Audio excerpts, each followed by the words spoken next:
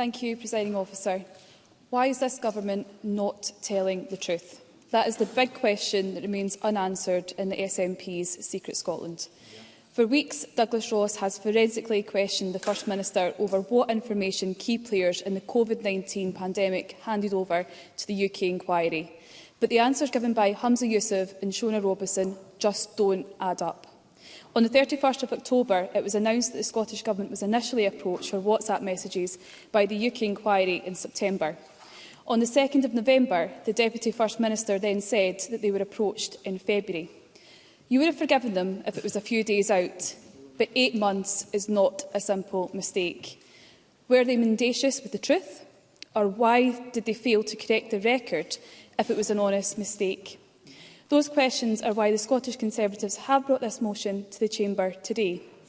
Presiding Officer, something stinks about the SNP's attitude towards handing information over to the COVID inquiry, and it is the duty of every member of this Parliament to find out why. If the First Minister and the Deputy First Minister were confident in their positions, they would refer themselves to the independent adviser of the Scottish Ministerial Code. If they've got nothing to hide, they've got nothing to worry about. But instead, we have the whitewash amendment from the Scottish Government, one that lays bare their arrogance, that completely avoids themselves of any scrutiny or accountability. And that brings me on to the WhatsApp messages. We've been told about the 14,000 or 28,000 WhatsApp messages that they have handed over, but every time they are challenged on the deletion of WhatsApp messages, they crumble. Because they know. They know that people who made key decisions during the pandemic have manually deleted WhatsApp messages. Jamie Dawson from the UK COVID inquiry said this: "The majority of messages have not been retained." Now, there will be some in the SNP benches that will say, so what? So what if these messages have been deleted?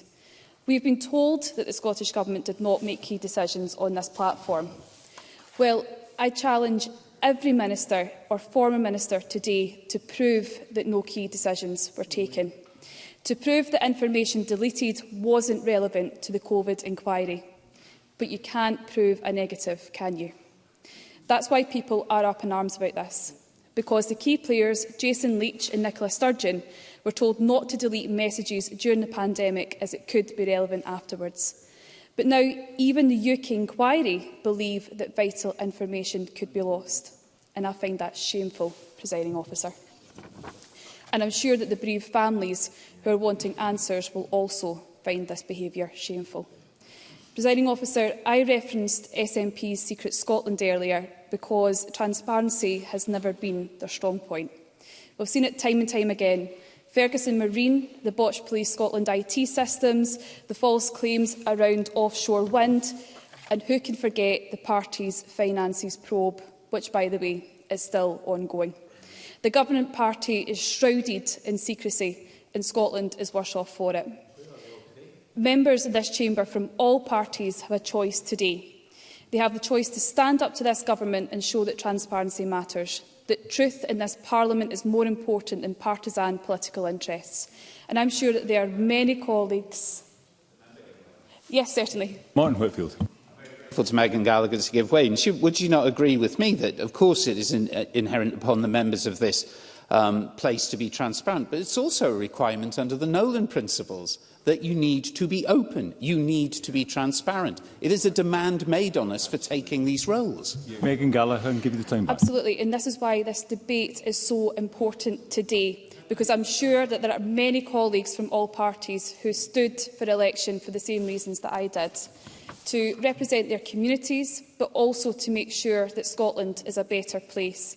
They did not stand for election to defend the sleekit behaviour and evasion, to be lobby fodder for a government that's determined to pull the wool over the eyes of the Chamber and the public.